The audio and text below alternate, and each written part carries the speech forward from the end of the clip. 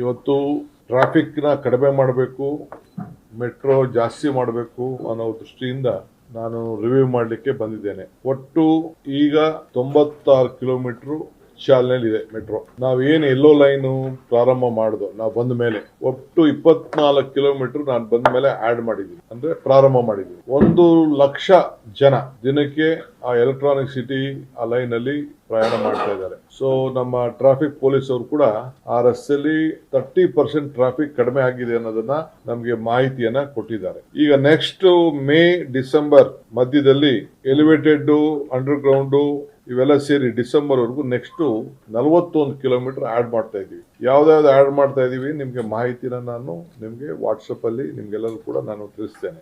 June ಮತ್ತು December ಎರಡೂ ಸೇರಿ ಇನ್ನ 38 ಕಿಲೋಮೀಟರ್ ಡಿಸೆಂಬರ್ 27ಕ್ಕೆ ಕಂಪ್ಲೀಟ್ ಮಾಡ್ತೀವಿ. ಅಂದ್ರೆ ಏರ್ಪೋರ್ಟ್ ರೋಡ್ ಕೂಡ ಡಿಸೆಂಬರ್ 27ಕ್ಕೆ ನಾವು ಪ್ಲಾನ್ ಹಾಕೊಂಡಿದ್ದೀವಿ ಫೈನಲ್ ಮುಗಿಸುವಷ್ಟೊತ್ತಿಗೆ. ಸೊ ಆಗ ಒಟ್ಟು 175 ಕಿಲೋಮೀಟರ್ ಮೆಟ್ರೋ ಬೆಂಗಳೂರಲ್ಲಿ ಚಾಲನೆ ಆಗ್ತಾ ಇದೆ. ಇದಲ್ಲದೆ ಬೇರೆ ತಾವರೆಕೆರೆವರೆಗೂ ಮಾಗಡಿ ರೋಡ್ ಅಲ್ಲಿ ಹೊಸಕೋಟೆ, ಬಿಡದಿ, ನೆಲಮಂಗಲ ಇವೆಲ್ಲ ಕೂಡ ನಮ್ಮ ಪ್ಲಾನ್ ಇದೆ.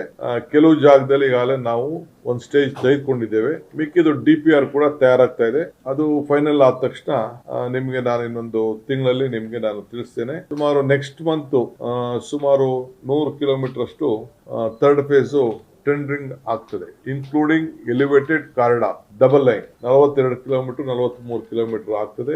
ಹಿಂದೆ ನಾವು 6 ಕಿಲೋಮೀಟರ್ ಮಾಡಿದೀವಿ. ಒಟ್ಟು 50 ಕಿಲೋಮೀಟರ್ ಎಲಿವೇಟೆಡ್ ಕಾರಿಡಾರು ಇಡೀ first time in the country. ಇಷ್ಟು ದೊಡ್ಡ ಮೊತ್ತದ ಎಲಿವೇಟೆಡ್ ಕಾರಿಡಾರು ನಮ್ಮ ಬ್ಯಾಂಗ್ಳೂರಿನಲ್ಲಿ ಆಗ್ತದೆ.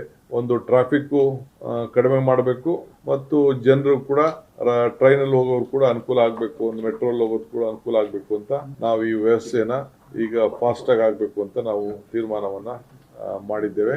ಆಮೇಲೆ ಎಲ್ಲಾ ಕಡೆ ಎಲ್ಲೆಲ್ಲಿ ಮೆಟ್ರೋ ಇದೆ, ಸ್ಟಾಪ್ಸ್ ಇದೆ, ಅಲ್ಲೆಲ್ಲ ನಾನು ಅವ್ರಿಗೆ ಸ್ವಲ್ಪ ಕಮರ್ಷಿಯಲ್ ಎಕ್ಸ್ಪ್ಲಾಟೇಷನ್ ಮಾಡಿ ಅಂತ ನಾನು ಹೇಳಿದ್ದೇನೆ. ದೊಡ್ಡದಾಗಿ ಅಕ್ವಿಷನ್ ಮಾಡ್ಕೊಳ್ಳಿ ಫರ್ದರ್ ಅಂತ ಹೇಳಿದ್ದೇನೆ. ಯಾಕೆಂದ್ರೆ vehicle parking 2 floor 3 floor 4 floor ಕೂಡ ಟೂ ವೀಲರ್ ನಿಲ್ಸೋರ್ಗೆ, ಕಾರ್ ನಿಲ್ಸೋರ್ಗೆ ಜಾಗನ ಪ್ರೊವೈಡ್ ಮಾಡಬೇಕು. ಅದಾದ್ಮೇಲೆ ಕೂಡ ನೀವೇನಾದ್ರು ಕಮರ್ಷಿಯಲ್ ಎಕ್ಸ್ಪ್ಲಾಟೇಷನ್ ಮಾಡ್ಕೊಳ್ಳಿ. ಈಗಿಂದನೇ ಇನ್ ಫರ್ದರ್ ಎಲ್ಲೆಲ್ಲಿ ಅಕ್ವಿಷನ್ ಮಾಡಬೇಕು ಅದನ್ನೆಲ್ಲ ಕೂಡ ಸ್ವಲ್ಪ ಜಾಸ್ತಿನೇ ಮಾಡಿ ಇದರಲ್ಲಿ ಸ್ಟೇಷನ್ ಜಾಗಗಳಲ್ಲಿ ಅಂತ ನಾನು ಅವ್ರಿಗೆ ಆದೇಶವನ್ನು ಕೊಟ್ಟಿದ್ದೇನೆ. ಯಾಕೆಂದ್ರೆ ದಿನನಿತ್ಯ ಜಾಸ್ತಿ ವೆಹಿಕಲ್ಗಳು ಆಗ್ತಾ ಇರ್ತದೆ, ಜನ ಮೆಟ್ರೋ ಯೂಸ್ ಮಾಡ್ತಾರೆ, ಅಲ್ಲಿ ಲಾಸ್ಟ್ ಮೈಲ್ ಕನೆಕ್ಟಿವಿಟಿ ಟೈಮಲ್ಲಿ ಬಂದು ನಿಲ್ಲಿಸ್ಬಿಟ್ಟು ಹೋಗ್ತಾರೆ. ಆ ದೃಷ್ಟಿಯಿಂದ ಅವ್ರಿಗೆ ನಾವು ತಿಳಿಸಿದ್ದೇವೆ.